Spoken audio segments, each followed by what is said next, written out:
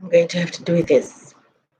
It may be in time my videos will get a bit more fancy. But right now I'm just going to read the novel, Maiden Fiji, Chapter 1. And get it out of the way. Welcome.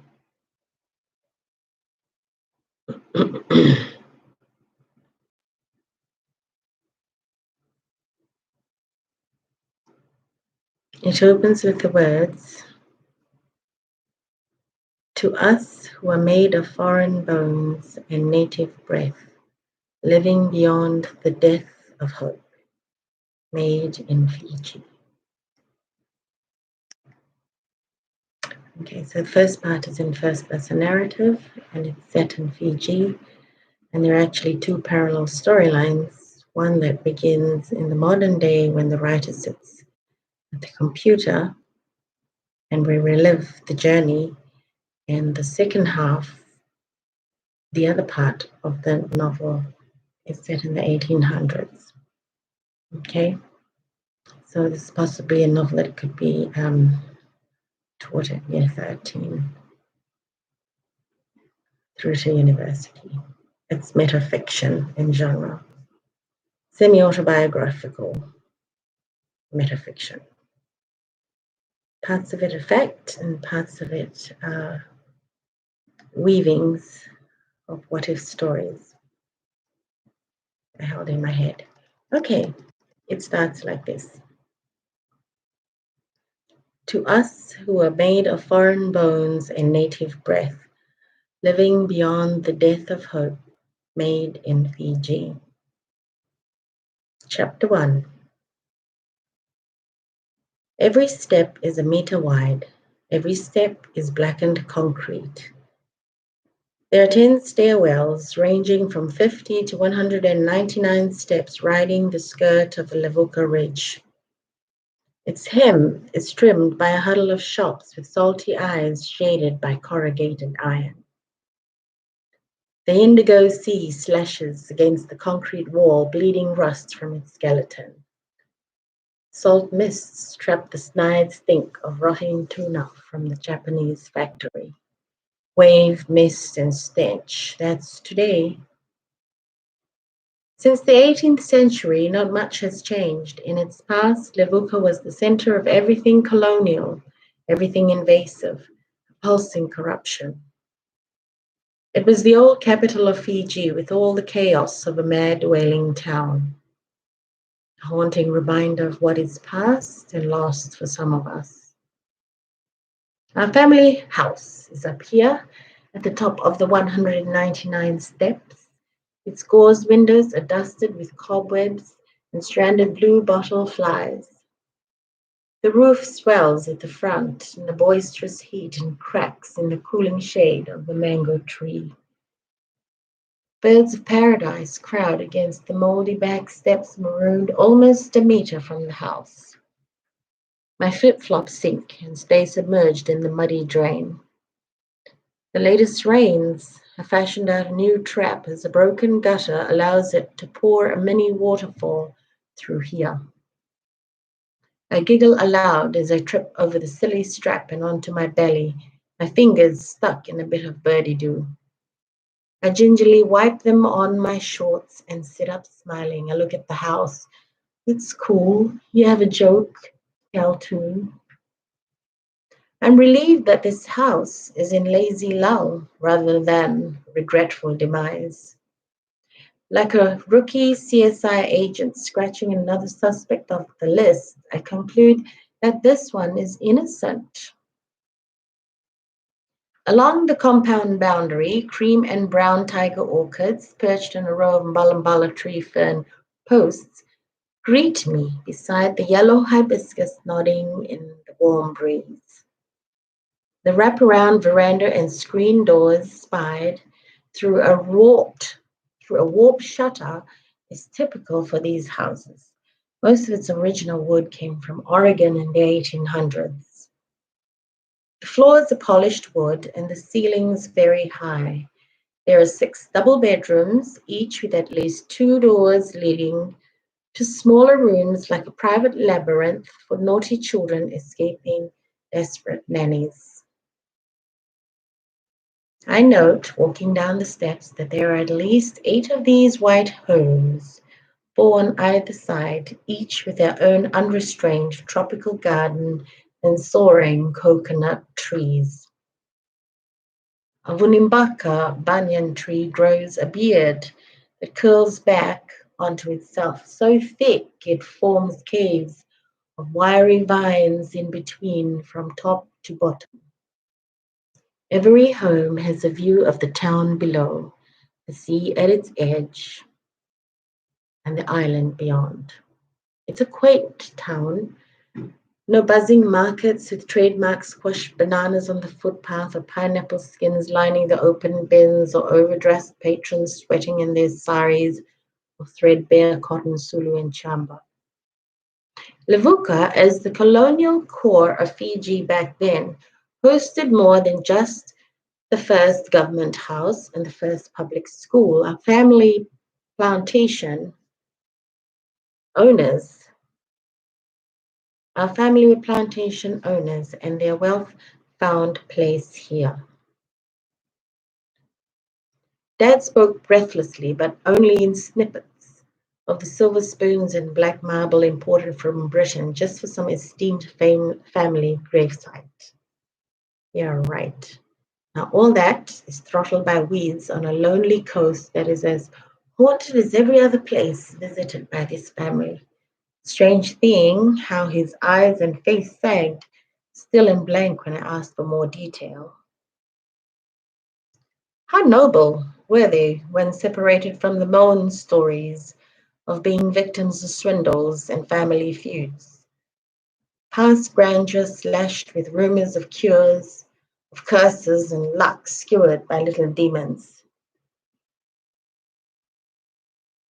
Past grandeur slashed with rumors of curses and luck skewered by little demons. This is my family, though, sheltered or hidden in unearthed graves. A reliving or relieving of a past confused with foreign bones and native breath. All 34 years of my life has been punctuated with filtered family stories about the white side that was related to this chief and this family and that family. What mattered to me was the unrelenting belief that despite the connections and celebrations, there was a prevailing sense of a murky and spiteful curse curdled into the bowels of our history. What I mean is that I have a mother who drops a hint about her husband's family once every decade, as if waiting for me to mature before the pickled stuff starts to roll out her mouth. Your grandfather used to wake up tied up in green vines in the middle of the night, rolling on the floor. That kind of statement forced me to pull my soul in, hugging my racing heart, leaving my arms to dangle like empty sleeves. And your father always felt tied up in his career, going nowhere, cursed. That is why I am here now, standing at the top of Levuka, retracing the veins of our past. In Fiji, there is no rush to explore as much as I want, so I'm not going to. One step at a time.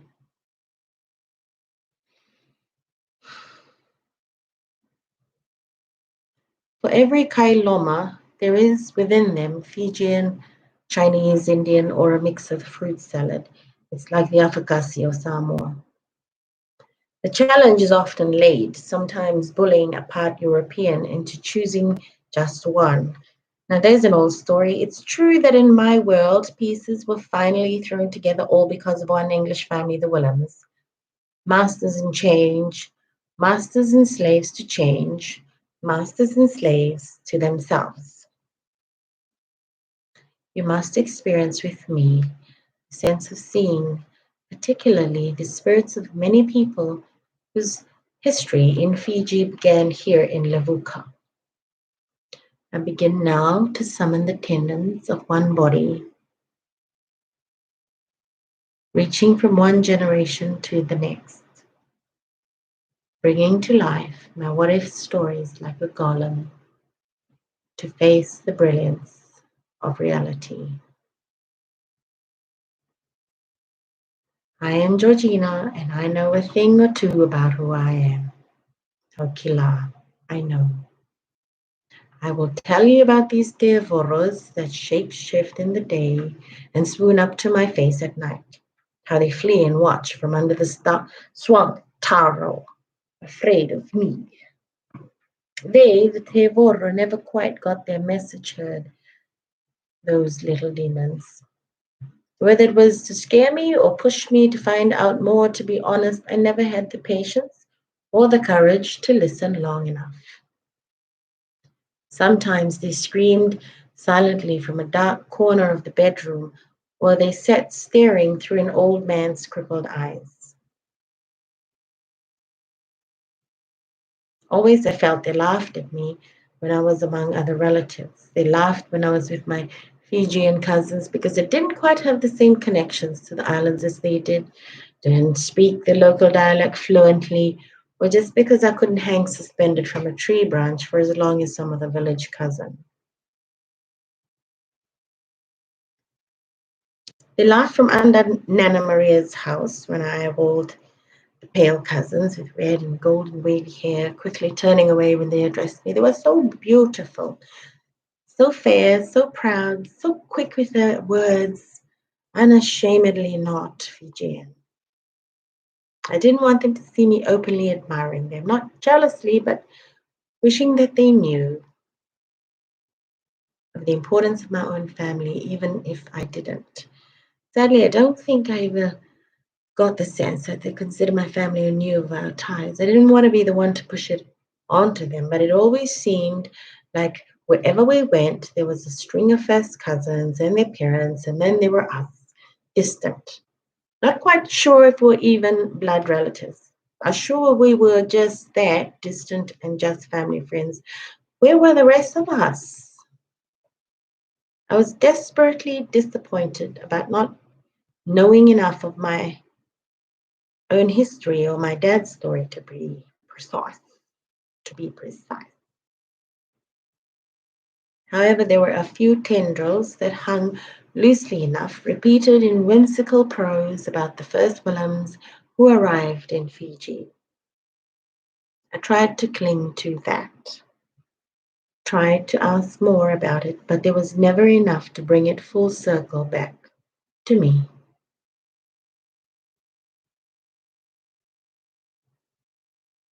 Their history, and I call it that because it had yet to relate to me, didn't even go far back enough to be deemed lost, yet it seemed that way. I think it's a tragedy that one cannot hear a full and in-color story of one's family history when it only goes as far back as my grandfather's grandfather. Growing up in the little town of Lambasa, I was prone to feeling slightly jealous of those friends who could tie down their story within a small setting and spin a net over the wide circle of relatives now living here or living there, and was that they had contact with their white relatives from out there. It was simply frustrating to feel that the strongest association I had to family came from my mother's family, and she was Fijian. That didn't really count because we lived in Fiji and her family were well known and they could trace themselves to most islands and beyond. I have a sneaking feeling that even my mother was frustrated at my dad's incomprehension or inability to share himself with his children. She was married to a man who held on to mysteries, as if covering up some incompetence to hide a far greater threat. There was no mystery, surely. It remained that for me, though, and as a child prone to an extensive imagination, fascinated by the romance of European settlers arriving on Fijian shores, I had to do something. I had to reach out and grab what little there was and weave my own brand of history with a little scandal swirled in. This I did in my head. And who knew then that my make believe South Sea family legend was more truth than desperate longings for a more stately story to tell. Mhm. Before Levuka, my earliest memory is of living in a small town called Lambasa. If you homed in on a decent Google Earth webpage, you can find